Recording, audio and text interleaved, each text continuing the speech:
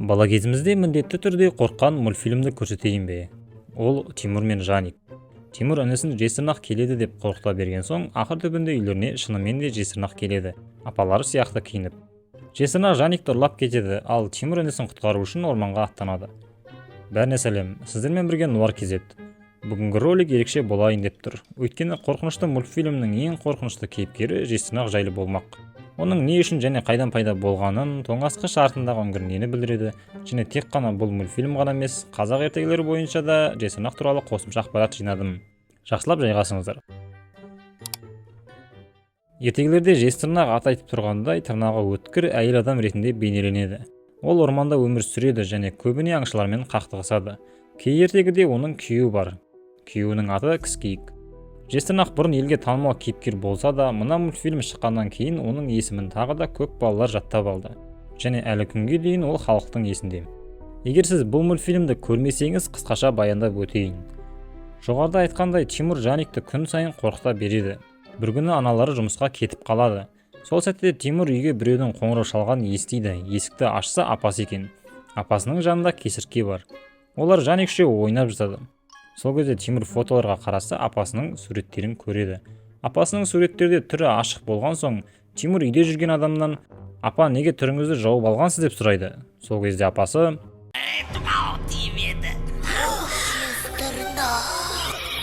Үйіне жесірнақ кіріп кеткенін білген Тимурдың басы айнала бастайды. Ал жесірнақ болса Жаникті тоңазытқышқа алып кетеді. Сосын тоңазытқыштың ішіне Тимур кірсе, үлкен баспалдақ бар екен.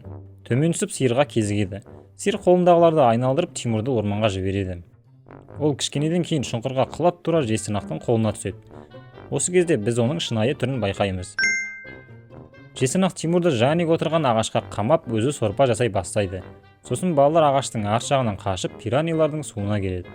Сәл уақыттан кейін дәу пирани оларды орманға ұшырып тастайды. Осы сәтте жесірнақ үлкейіп, Тимур мен Жаникті қуалайды. Ал олар сиырдың есігіне келіп қалғанда, сиыр оларды үйлеріне қайтарады. Аналары қараса, балалар көрпенің астында отыр екен. Сол кезде аналары оларға: "Апаларың келе жатыр" дейді. Олар болса қорқып қалады. Бірақ мультфильм соңында Тимур мен Жаник шынымен апаларын кездестіреді. Оған мультфильм соңындағы суреттер куә. Сонымен жесірнақтың әрекеттерін талдап көрейік. Біріншіден, жесірнақ өмір сүретін орман ол бөлек әлем.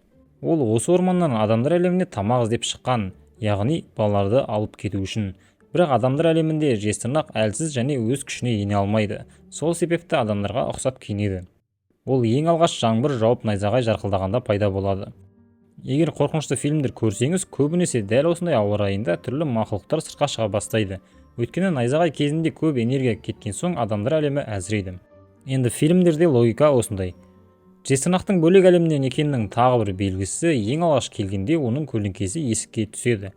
Бірақ сол сәтте оның киімінің көлеңкесі бар, ал көзінің көлеңкесі жоқ. Жесірнақ үйге кіре салысымен бірден тоңазытқышты ашады. Менің ойымша, дәл осы кезде ол тоңазытқыштың артын сындырып, мына үлкен шұңқырға қарай жол ашты. Шұңқырдан төмен түсек, сиыр көрсетілген. Бұл сиыр әлемдердің есігі ретінде жұмыс істейді. Тимур мен Жаник осы есік арқылы ең соңында үйлеріне қайтады. Бірақ бір қызығы, бұл есіктердің біреуі адамдар жаққа, ал екіншісі жесірнақтың орманына апарса, сиырдың қолында бұлардан бөлек үшінші есік бар. Яғни бұл дегеніміз, адамдар мен жесірнақтың орманынан бөлек тағы да бір әлем бар деген сөз. Үшінші есік сол белгісіз жерге апарады.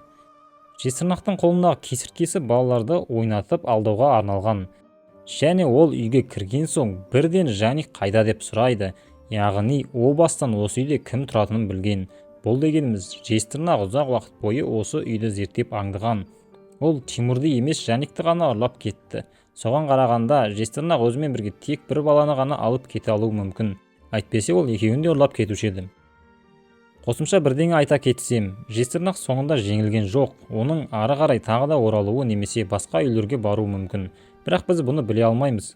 Өйткені бір өкініштісі, бұл мультфильмде көп серия жоқ.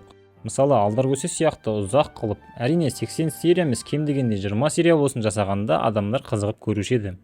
Ал сіздің бұл мультфильм жайлы ойыңыз қалай? Қорқынышты ма, әлде қызық па? Ал өз ойымды айтсам, тек қана Тимур мен Жаник емес, жалпы қызық деген қазақша мультфильмдер көп екен. Мысалы, маған Ертөстік және Айдаһар әлі күнге дейін ұнайды. Алдаркөсе бар.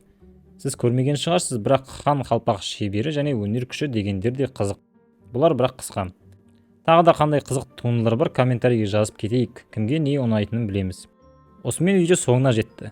Егер арнаға тіркелмеген болсаңыздар, тіркеліп кетейік. Сол арқылы контенттің дамуына үлкен үлес қосасыздар. Келесі кездескенше.